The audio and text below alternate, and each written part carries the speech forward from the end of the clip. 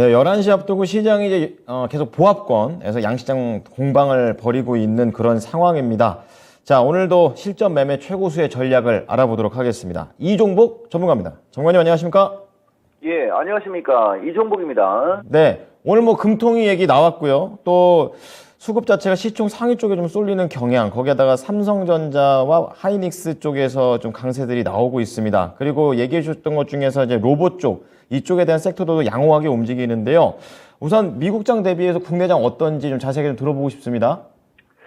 자, 오늘 해외 시장 약세, 국내장 상대적 강세.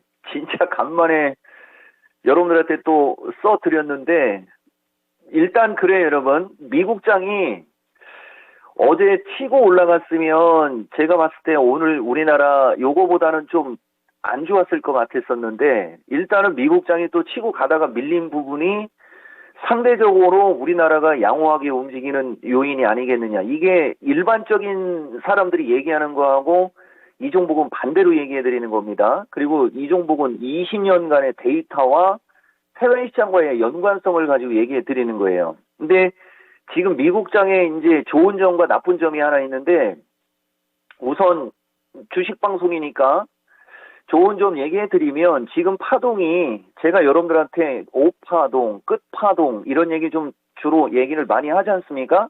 그리고 하나의 마디가 만들어질 때 한 3,000 이상의 어떤 변동성이 생겼어요. 여기는 3,700인가 어느 정도 수준. 지금 마지막이 또 3,000 정도 수준 정도의 변동성 생긴 걸로 따지면 나올 만한 변동성은 일단 나온 게 아니겠느냐. 요게 일단 긍정. 자, 두 번째. 지난주에 얘기해 드릴 때 미국장의 패턴 분석을 할 때 원래 미국은 한 2, 3일 정도 급반등이 나와서 21선에 부딪히면 급락하고가 반복적으로 나왔는데, 요날만 지난주에만 하루 정도 더 버텼다가 밀려 내려왔거든요, 여러분.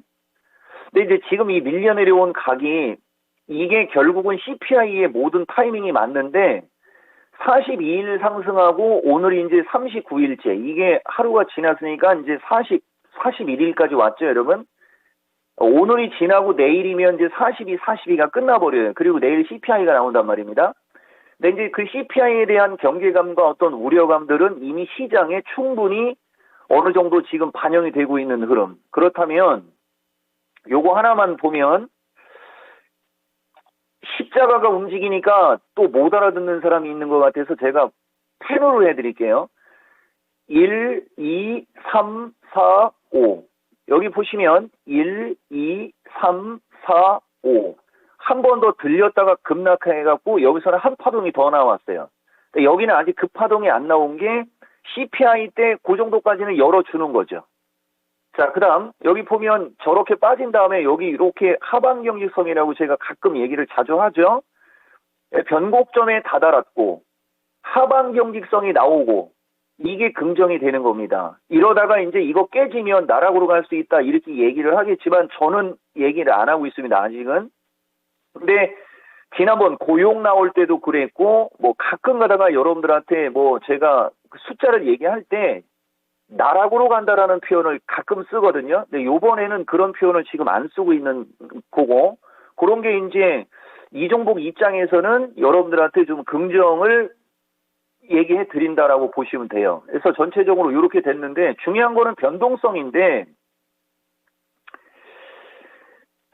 그쵸? 예, 이 변동성을 뭐 우리가 어떻게 예측을 하고 얘기하기에는 좀 난감하고, 한 가지 중요한 것은 이 연준 의원들이나 아니면 어제 같은 경우는 G7도 있었고요. 그 다음에 이제 영란은행 쪽에서 말을 또 바꿔치기 했죠. 장난하는 것도 아니고, 지난번에 10월 3일인가 우리 연휴 때 시장이 급등된 요인이 영란은행에서 시장 개입으로 급등했지 않습니까? 어제도 분위기 좋게 올라가다가 이제 영란은행에서 시장 개입을 곧 끝낼 것이다 하면서 또 한 300, 400을 11,000짜리에서 1,700이면 400이죠. 장난하는 것도 아니고, 어쨌든 그들의 입에 의해서 지수가 변동성이 생기는 부분. 여기서부터 여기까지 땡겨줄 때도 어쨌든 그들의 입에 의해서 땡겨줬고, 그러니까 입에 노란하고 있어요, 여러분. 이거를 여러분들이 좀 중심을 좀 잘 잡으시라는 말씀 드리는 게 제가 해줄 수 있는 얘기인 것 같아요. 기본적으로 추세 패턴하고 마디 각, 그 다음에 지금 미국장은 중기 하락의 패턴이 완성되고 있는 변곡점. 그렇다면은 CPI 때 어마무시한 악재가 나오지 않는다고 가정을 하면은 반등을 타진할 수 있는 건 맞는데, 이제 CPI 때 반등이 어느 정도 나오고 아니면은 CPI 때 어느 정도 하락하느냐가 일단 나오면 돼요. 자, 그 다음에 오늘은 이제 생산자 물가가 나오거든요, 여러분. 근데 이 생산자 물가 지수도 한번 제가 보여드릴게요. 이게 원래 제가 파생방송을 하고 이러면 방송하기가 수월한데, 주식은 어쨌든 저점을 잡아서 반등하는 타이밍을 계속 우리가 봐야 될 거 아닙니까? 사야 먹는 거니까. 계속 그 얘기를 해드리는데, 자, 보시다시피 생산자 물가도 지금 꺾여 내려오고 있어요. 근데 이게 제가 여러분들한테 표 한 번 보여드린 적이 있죠? 미리 그냥 다 얘기하는 겁니다. 물가가 일단은 PC 이게 중요하니까 여기 보다 보면 2022년도에 5.4%까지 올려놨잖아요. 그러니까 이 물가 지표가 6%대 혹은 6% 아래로 떨어져야지 돼요, 여러분. 그러니까 6% 이상이면은 이번에 근원이 6.3으로 나오거든요.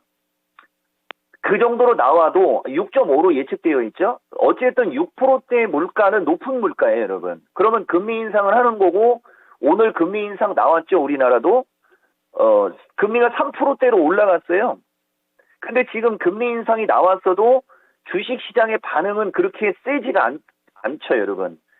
그게 어느 정도 반영이 되고 있다는 얘기예요. 그래서 제가 여러분들한테 심리 얘기도 많이 해드리고 그러는데, 어쨌든 여기 근원 생산자 물가가 7.3으로 나와 있고, 요 생산자 물가가 8.7이 8.4로 떨어져 나오고 있지 않습니까? 높은 수치지만, 수치는 높지만 어쨌든 보다시피 생산자 물가 전년비 저 지표는 10대부터 떨어져 내려오고 있는 거예요, 여러분. 요런 우리가 물가의 어떤 추이를 좀 봐야 되는 거 아니냐, 이런 말씀 좀 드리고, 그 다음에 또 한 가지가 있는데, 가계지출 기대치가 7.8에서 6%로 1.8이 뚝 떨어져 내려와 있습니다. 2013년 이후로 최대폭 하락의 기대치가 최고로 변동성이 큰 거죠. 그러니까 사람들이 지출을 할 수 있는 기대치가 7.8에서 6으로 떨어졌다는 얘기는 그만큼 지금 꽁꽁 얼어붙었다는 얘기고, 그 다음에 기대 인플레이션도 5.7에서 5.4로 떨어져 내려와 있어요. 그러니까 지표는 점점 내려오고 있다라는 거죠. 그렇지만 이제 내려오고 있지만 아직은 높다. 그러면 이게 해결이 되려면 이번에 금리 인상 한번 또 하고 그 뒤에 지표가 또 떨어지면 게임이 끝나버리죠. 길게 보고 가면은 지금 사실 아무것도 아닌데 문제는 심리입니다. 요 정도로 여러분들한테 얘기해 드리는 거고, 그 다음에 여기서 바로 들어갈게요. 어제 미국장에서 요새 뭐 애플하고 뭐 테슬라 얘기가 좀 많이 나오죠. 그런 얘기가 진작에 나왔어야지. 자, 보시면은 어제 마이크론이 좀 의미 있는 좀 모습이 좀 나왔습니다. 이게 마이크론 테크놀로지거든요. 하이닉스하고 마이크론 테크놀로지하고는 비슷하게 움직인다고 얘기하는데, 이번 마디는 하이닉스가 먼저 움직였어요. 마이크론도 패턴이 쐐기형입니다. 단기 반등 타진이 나올 때가 됐어요, 여러분. 주봉 월봉상으로는 올라가도 또 밀리는 거지만은 어쨌든 일봉상으로는 반등 타진 나올 때 됐고, 여기에 이제 하나 이제 얘기해 드릴 수 있는 게 TSMC예요, 여러분. 텍사스 인스트루먼트, 아니. 대만 쪽, ADR인데, 이거는 또 급락이 나왔습니다. 이 두 개가 좀 매치가 좀 안 되는데, 그래서 지금 반도체를 제가 좀 강하게 얘기를 못하는 것 중에 하나가 있거든요. 근데 어쨌든 TSMC도 이 각이 얼추 밀릴 만큼 밀렸고, 리바운드가 나올 만한 위치까지는 오긴 왔습니다. 주봉은 완전 꺾였습니다, 여러분. 주봉은 완전히 꺾였지만 일봉상 어느 정도 반등이 나올 수 있는 어떤 자리 아니겠느냐, 이런 정도의 우리가 타진을 볼 수 있어요. 지금도 보다시피 이 중요한 시간에 제가 해외 시장 얘기에 거의 절반 이상이 다 들어갔거든요. 그만큼 저쪽이 중요하다는 얘기예요, 여러분. 그래서 이제 어쨌든 간에 저런 일이 벌어졌어.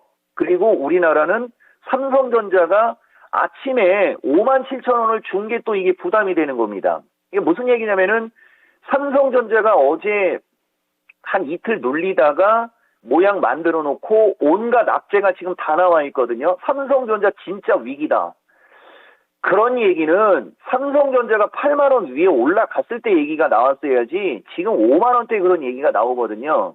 다만 삼성전자의 기대 수익은 떨어져요, 여러분. 그러니까 삼성전자가 5만 원 초중반 쪽으로 밀린다.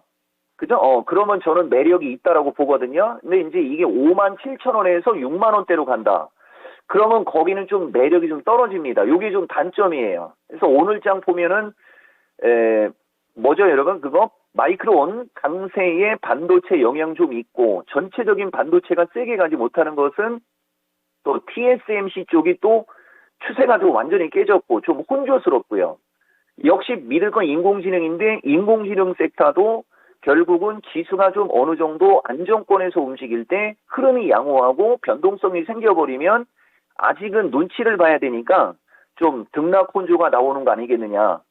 그리고 체외 진단 키트도 오늘 좀 움직이는데 확진자 수 증가에 뭐 좀 내기가 좀 붙는 것 같아요. 그리고 건설기계, 건설 중장비도 좀 움직임이 나오고 있고 다시 말하면 종합이 어쨌든 280에 경쟁력이 있다 보니까 종목은 또 슬슬 되긴 되는 것 같습니다. 다만 추세가 아직 하락이라는 점.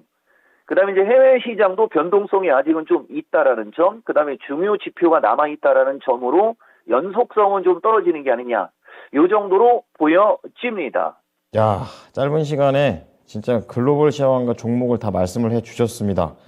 두 마리 토끼 다 잡고 싶으신 분들은 이 코너를 꼭 활용해 주시기 바랍니다. 시간이 얼마 없네요. 오후장 어떻게 할까요? 그렇죠. 그래서 어제도 제가 여러분들한테 뭐 282 지지 뭐 285 돌파 뭐 이런 얘기하면서 뭐 지수는 의미 없다 얘기해 드렸는데 오늘도 마찬가지예요, 여러분.